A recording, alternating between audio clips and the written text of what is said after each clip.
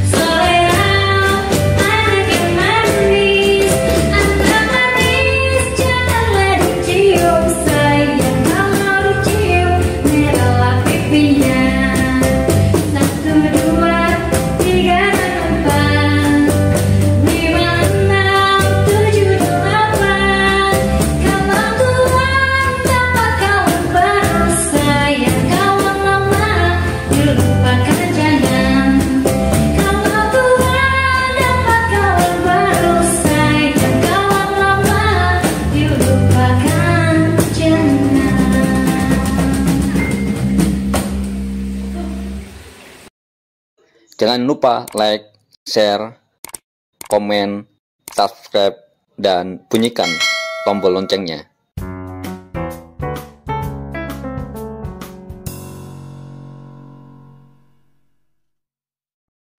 Assalamualaikum warahmatullahi wabarakatuh. Shalom, Om Swastiastu, Namo Buddhaya, salam kebajikan. Semoga kita selalu dalam keadaan sehat walafiat, sesuai doa dan salam agama kita masing-masing. Sahabat seperjuangan di seluruh penjuru tanah air. Pada hari ini kita dihadapi satu masa yang disebut dengan revolusi industri 4.0. Revolusi industri 4.0 di seluruh dunia akan mengakibatkan terjadinya PHK besar-besaran. McKinsey Global Institute memperkirakan 2025 lebih dari 300 juta orang buruh di seluruh dunia ter-PHK. Bahkan di Indonesia diperkirakan 47 juta orang akan kehilangan pekerjaan dengan terjadinya revolusi industri 4.0. Istilah revolusi industri 4.0 dimulai dengan istilah yang pertama, revolusi industri 1.0. Ditemukannya mesin uap oleh James Watt. Pekerjaan yang tadinya menggunakan tangan, mesin tenun, hasil-hasil produk garmen tekstil dengan menggunakan tangan, pertambangan di bawah, batu bara di bawah tanah, berubah dengan adanya mesin uap. Itu yang dikenal dengan revolusi industri 1.0. Mengancam dan menghancurkan buruh. Saat itu, abad ke-17 menjelang abad ke-18, puluhan bahkan ratusan juta buruh ter-PHK. Revolusi industri 2.0 ditemukannya listrik oleh Thomas Alva Edison. Yang tadinya menggunakan batu bara, kayu untuk menghasilkan uap, industri-industri, rumah-rumah tangga, household, dan juga korporasi-korporasi menggunakan listrik. Lagi-lagi puluhan juta, bahkan ratusan juta buruh ter-PHK. Revolusi industri 1.0, 2.0, selalu yang terkena korban pertama adalah para buruh. Orang-orang muda yang masuk dalam dunia pekerjaan. Tapi akibat perjuangan serikat buruh, perjuangan partai buruh, sosial demokrat, partai sosialis pekerja, di seluruh dunia terjadilah kontraksi ekonomi untuk mencari bentuk yang lebih ideal. Teknologi berkembang dengan teknologi uap, teknologi berkembang dengan munculnya listrik, tapi manusia tidak boleh kehilangan pekerjaan. Disitulah peran serikat buruh dan partai buruh di seluruh dunia. Revolusi industri 3.0, yaitu dengan ditemukannya ICT, Information Communication dan Telecommunication, atau kita kenal dengan IT, Informasi dan Telekomunikasi. Terciptalah satu semacam komputer sebesar lemari dulu kan kita lihat. Berkembang terus, berkembang. Itulah revolusi industri 3.0. Bahkan sekarang komputer sudah cukup di tangan melalui HP-HP Android, Apple, dan lain sebagainya. Lagi-lagi, puluhan juta, bahkan tidak menutup kemungkinan ratusan juta buruh ter-PHK.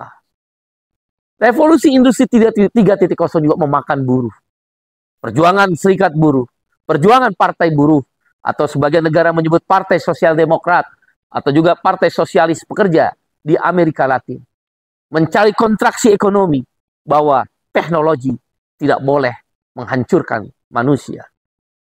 Rekayasa genetika bisa mengkloning orang walaupun nyawa dari Tuhan. Tapi secerdas Hitler, sekuat daripada Albert Einstein, sekuat pemikiran Soekarno, itu bisa dikloning. Tapi tidak dikembangkan. Karena itu membahayakan umat manusia. Sekarang kita memasuki abad yang disebut revolusi industri 4.0. Apa itu revolusi industri 4.0? Yang pertama adalah yang disebut digital ekonomi. Digital ekonomi artinya dari perdagangan offline. Saya ingin pergi ke restoran, maka saya bertemu dengan pemilik restoran, tukang masak, makan di restoran. Itu offline. Saya ingin pergi membeli baju, maka saya pergi ke toko baju. Begitu pula transaksi-transaksi perdagangan ataupun jual beli lainnya. Sekarang dengan revolusi industri 4.0, yaitu dengan ditemukannya teknologi cyber, menggunakan satelit, menggunakan perangkat-perangkat teknologi yang begitu super canggih, orang yang bertransaksi tidak perlu lagi bertatap muka.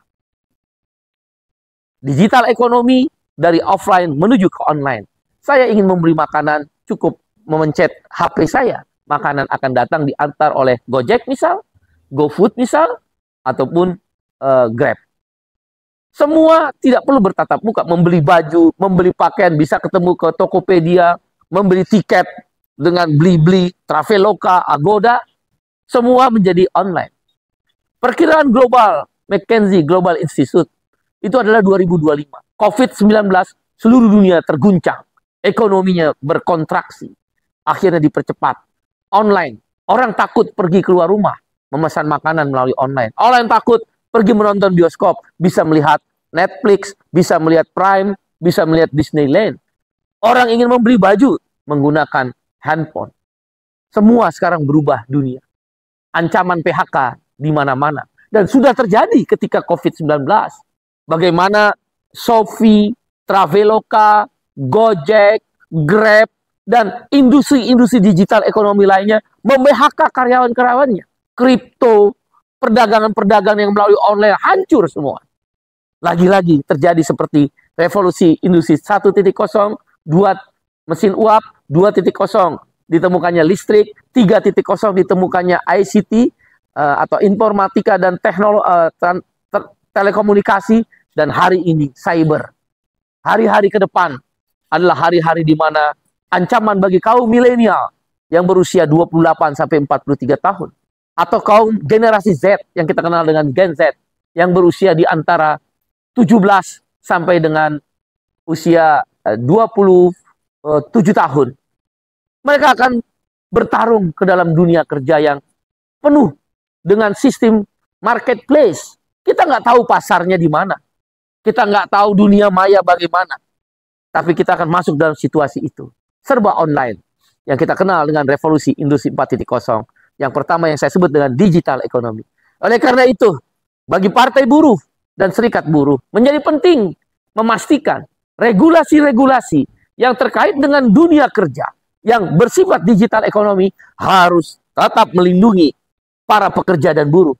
Bagaimana upahnya? Harus ada kepastian upah, income security. Bagaimana dengan kepastian kerjanya yang tidak boleh flexible labor market, outsourcing, Karyawan kontrak yang tidak menentu harus dilindungi, yaitu dengan job security. Dan bagaimana tentang masa depan para generasi muda ini. Kawan-kawan Gen Z, teman-teman milenial, nasibmu tergantang asa.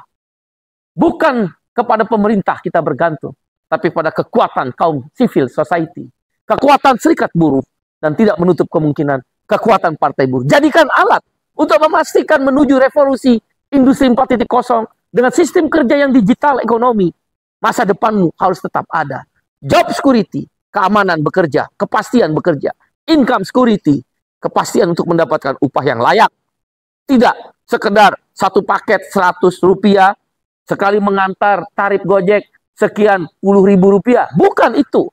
Kita ingin ada kepastian kerja, income security, dan social security. Yang udah ada sekarang jaminan sosial atau social security, jaminan kesehatan, jaminan hari tua, jaminan pensiun, jaminan kecelakaan kerja, dan jaminan kematian. Kaum milenial dan Gen Z terutama, ini tidak didapat dengan mudah.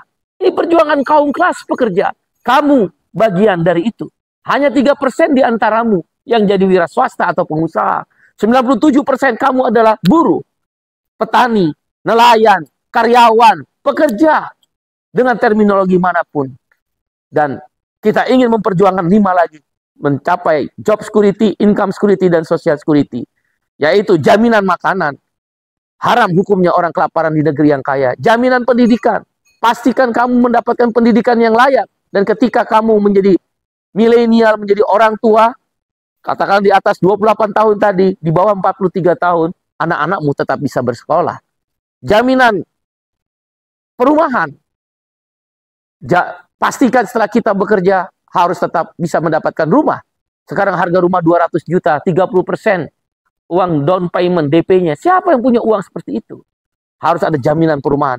Jaminan pengangguran. Saya ditanya, kenapa orang nganggur dibayar?